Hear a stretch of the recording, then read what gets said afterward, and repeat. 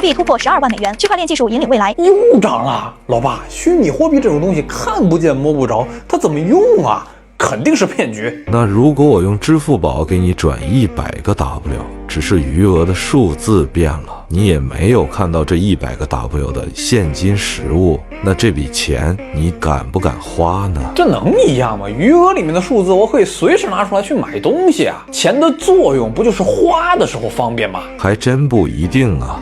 太平洋上有个雅普岛，那里用来交易的货币啊是好几吨重的大石头啊！用这么重的石头当钱，那每次用它买东西的时候也搬不动啊。不仅他们买卖东西啊不需要搬运这些石币，反而啊就算你家的石币掉海里了，全村的人啊都还认你有这块石币，你也还能正常和其他人啊买卖东西。好了，老爸，你编故事的吧？你是说，假如我把我的100个 W 不小心掉海里了，我想买房的时候呢，就跑过去跟别人说啊，我有100个 W 在海里，现在海里这50万啊归你，房子归我。我要这么干，别人不得爆钩抓我呀？但如果雅普岛上的全村人都知道你有这一块石币，然后你找小明买房子花了半个石币，接着啊这笔交易呢全村人都知道了，那大家啊就都会认为你剩了半个石币，小明多了半个。至于你有没有私底下把半个石币给小明，这还重要吗？你是说相当于雅普岛上的村民因为都认识，所以他们有一个共同的账本来记账是吗？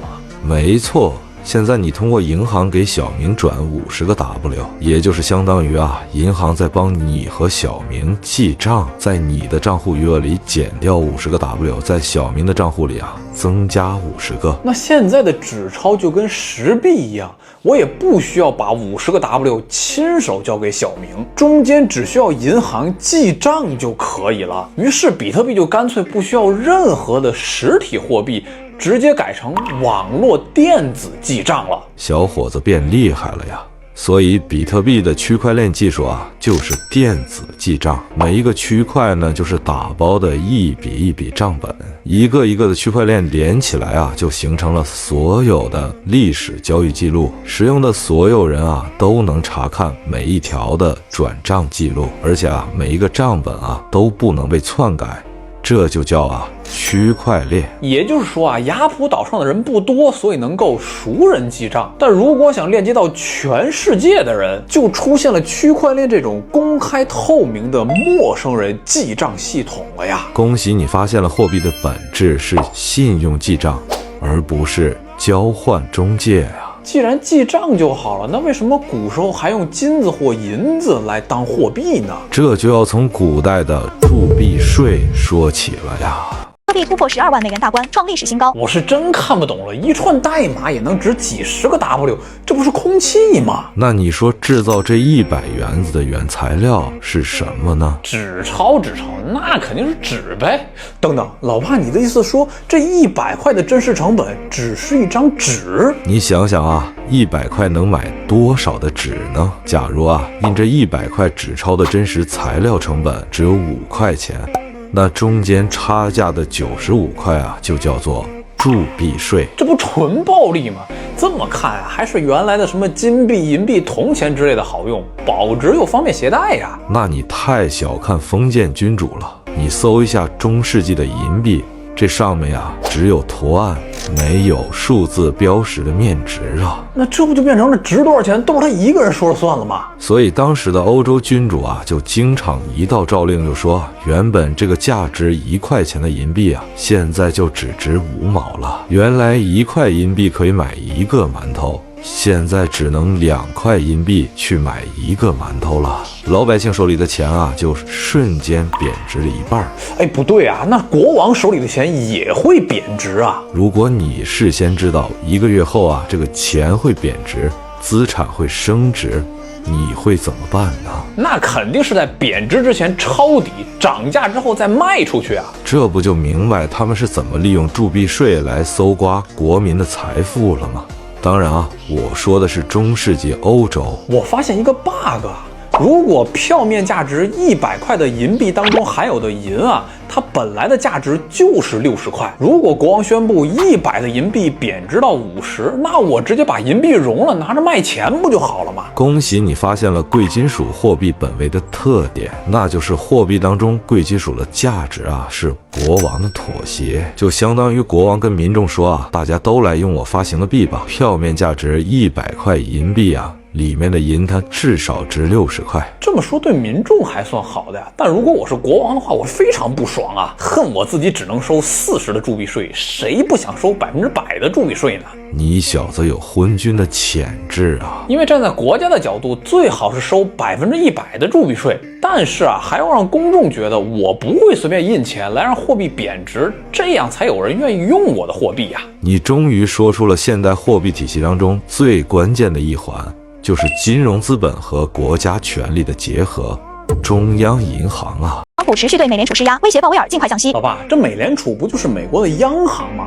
他怎么还敢跟总统唱反调呢？如果一个国家想用多少钱就印多少，欠的外债呀也直接干脆印钱还给你，那会发生什么呢？那就没人敢用他印的钱了，钱就不值钱，就通胀了呗。非洲国家津巴布韦的央行啊，就完全听从政府的指令印钱，印到最后啊，最夸张的一张纸钞的面值是10的后面有2000多个零啊！我勒个豆，彻底疯狂啊！那还是央行独立的好啊！现实世界怎么可能非黑即白呢？历史上第一个央行是在1694年在英国成立的英格兰银行，它的本质啊就是资本家的信用和国家权威的结合体。你的意思是他们各取所需？没错，如果你是个金融大鳄，你最希望的货币体系是什么样的呢？那我肯定是希望钱生钱，最好是全世界都用一种货币，钱呢随意流通，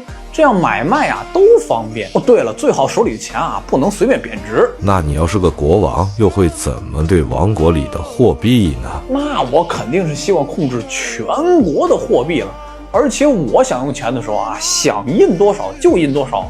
这才爽嘛！所以你发现了没有？金融资本和国家权威对货币的诉求啊是相反的。那刚才提到的英格兰银行怎么会是他们两个的结合呢？17世纪的英国啊，那是到处打仗。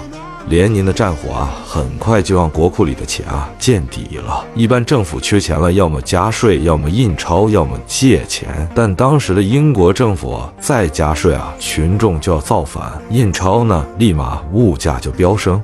所以只能去找有钱人借钱了。我要是有钱，我都不敢借给他们呀，战争多烧钱呐。于是资本家就提出了利益交换，他们可以借钱给政府，但是政府要给他们货币的独家发行权。这样一来啊，英格兰银行发行的纸币就以政府的债券作为抵押，获得了国家背书，使用的人呢也就越来越多了。那怎么感觉英国政府只是给自己找了个债主呢？他俩谁都不吃亏。英国政府啊，相当于有了个低成本借钱的平台，并且啊还能通过央行调节利率等操作啊来调控国内的经济。我去，跟现在的美联储一模一样啊！但是按照老美这个发展，我感觉央行啊还是很难限制住政府欠的这个债啊，是越来越多这个趋势。老爸，那有没有一种钱既能全球流通，国家对货币呢也有调控能力，而且还能限制随意印钞的货币政策呢？还真出现过，那就是上世纪70年代夭折的布雷顿森林体系。